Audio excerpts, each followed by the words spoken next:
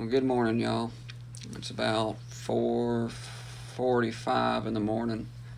Didn't sleep that well last night, so I'm just gonna go ahead and get up and get the day going. Start hiking. Uh, Sorry for it being dark. I know it was last night too, and I uh, caught up with y'all right before I signed off. But Sweet Tea, in his infinite wisdom, forgot to check his headlamp before he left the house, so the batteries were dead. Didn't know that until I got to camp last night, and it started getting a little dark, and I was going to go down and get me some more water so I wouldn't have to do it this morning. And the stupid thing wouldn't turn on. Um, so here's a free piece of advice. Use it or lose it. If you're going to go on an overnight hiking trip, camping trip, backpacking trip, whatever, check your headlamp and turn the dang thing on before you leave the house. And if you have one of the headlamps, like the Black Diamonds or some of the others that has a lockout feature to where you can't turn it on if unless you unlock it. That way it won't turn on randomly in your bag when you're hiking or whatever the case may be. Lock it, because a dead headlamp doesn't do you any good at all if you can't see. At that point, you're just carrying extra weight. But I'm going to go ahead and start cooking here in a second. I'm going to make me some grits and some hot chocolate for breakfast. I brought some cereal bars with me, so I'll probably have one of those as well. It's just a little, kind of like a granola bar that's got a fruit filling in the center of it. I don't know if you call those cereal bars or not. That's what I call them, but I know they actually make cereal bars. You know, that's like Cheerios or something like that. I used to eat those when I was a kid, but I filled up my platypus 2-liter collapsible water bottle yesterday before I went to bed, so I should have enough water to cook this morning and to go ahead and start the day hiking with. Snowed all night last night. I haven't looked outside the tent yet to see how much more accumulation we had on the ground. When I went to sleep last night, I think we might have had 6 inches of snow already on the ground, which I don't know how long that has been there. I know before I left the house to come on this trip, I got online to see how much snow the satellites would pick up, because like on National Weather Service, they have the ability to show you on a satellite image how much snow, but it didn't show any.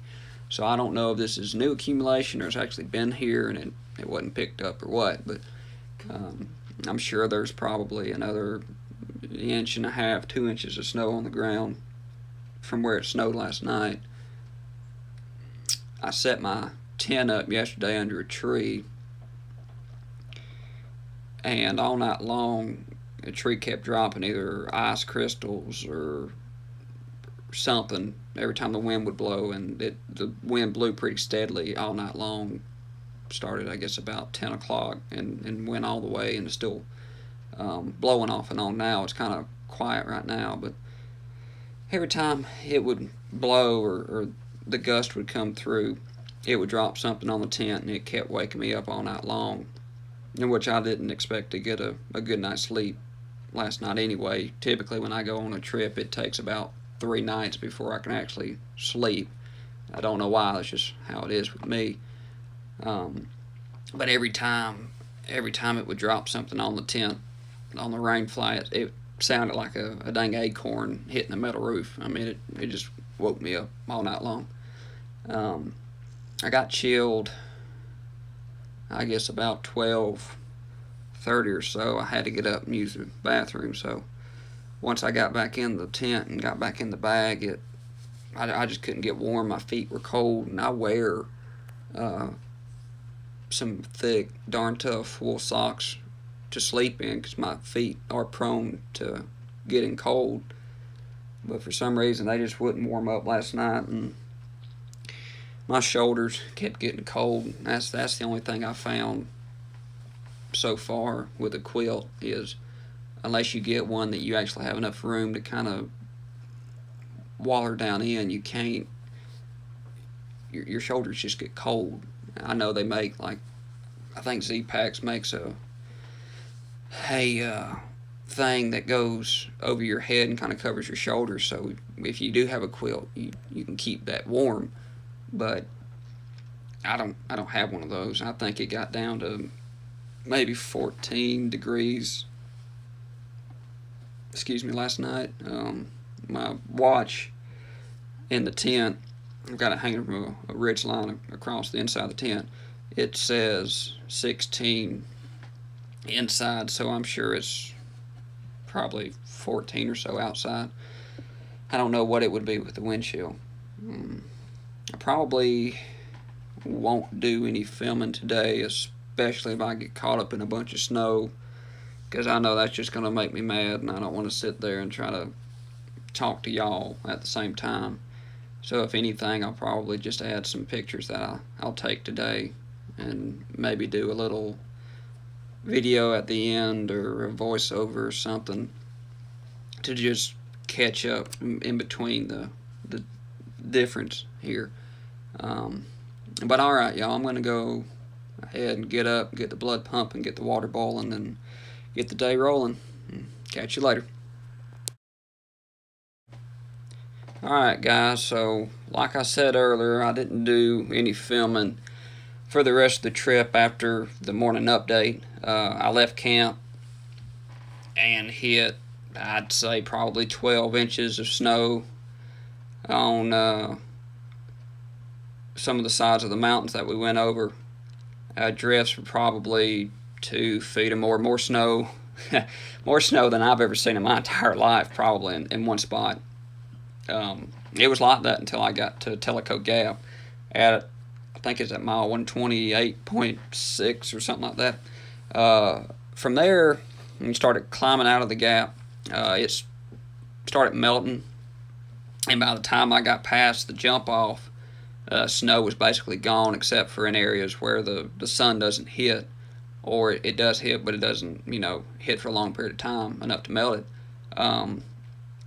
The view on top of WESSER Bald was amazing, and the ridge line you walk after you leave the tower offers some great views of the Smoky Mountains.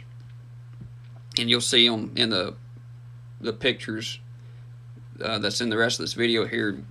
You'll see the white caps on top of Smoky Mountains. I have no idea how much snow was in those mountains. I'm sure it was a lot. I would hate to be some of the thru hikers going through there right now. I stayed hiking off and on with a group of guys from WESSER Shelter that I camped with last night.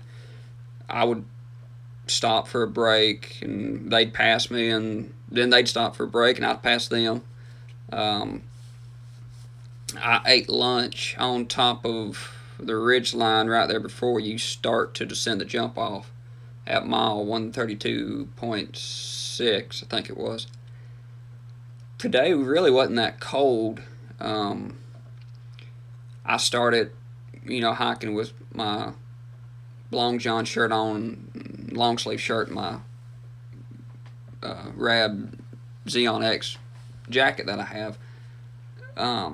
But I'd say probably around the time I got to WESSER Bald right there at the fire tower, I had already taken most of everything off except for my long sleeve shirt. Wind wasn't that bad after I left Wallace Gap shelter, or Wallace Bald shelter, excuse me. Made it down to the NOC. I think it was around 1500 or 3 o'clock. I made it back to the truck. Of course, I made it home, obviously, because the video's been posted. Miss Beverly, and I'm probably going to butcher her last name, but Miss Beverly Carini, I believe it is, picked me up at the NOC yesterday on the 28th and shuttled me over to Wallace Gap so I could start. If y'all are ever up this way and need a shuttle, I strongly suggest you call up Miss Beverly. Sweet woman. Sweet woman. She has a massive amount of knowledge of the area, especially Franklin. I believe she's lived up that way for 20 or 30 years. I think she originally was in Florida and moved up here. Has a big area she does shows for. She'll run from Amicalola Falls State Park all the way to Davenport Gap. I don't know how much the prices are for, the distance and everything. From when she picked me up to Wallace, it was just donation. Of course, I donated what I hope was enough money, because it was an hour drive from the NOC back to Wallace, and of course she had to drive an hour up there to get me, so she was on the road a good bit that day. Met a few day hikers coming up from the NOC. I met a couple. Once I started the descent from the jump off, they were staying at A. Rufus Morgan Shelter for the night, which is about, I think, 6 or 8/10 of a mile from the NOC.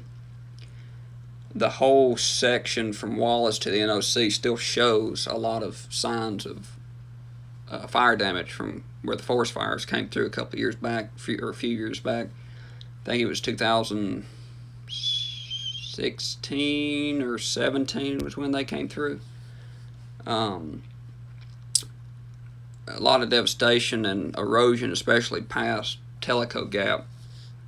Even on the trail, there's a lot of just red clay and kind of mudslides almost from the amount of rain that's up that way, and I'm sure the snow didn't help snow melt either from past years since it had happened. But even with the snow, though, it was a good trip. That was really the first time I'd ever hiked in that much snow. I've hiked in snow before, but nothing compared to that. That was so far one of the, well, it was the most amount of snow that I've ever either seen personally or hiked in. Just trying to knock off sections one at a time, especially now since I don't have the ability to do a complete through hike. Tried twice, hurt myself once, and the second time I just didn't enjoy the solitude as much as I thought I would. I probably would have been able to finish the trail and been fine if I had somebody that I actually knew hiking with me, or had like a dog or companion, something like that. But I'm perfectly fine doing sections. Hope y'all have enjoyed this trip. If you did, please subscribe and hit the notification bell if you want to be notified for when I post more adventures. I'm going to try to get back out here as soon as I can, and I'm going to try to add an updated gear list or gear video once I get the chance to do that as well. I have a couple of things I want to change out and buy, so I'll probably wait till I do that. But I'm going to try also to do better next time filming. I know I had some kind of long black areas in the videos because I forgot my headlamp like a doofus, but I'll try to do better next time to remember that as well. But y'all stay safe, have fun. Thank y'all for tuning in and watching, and I'll see you next time.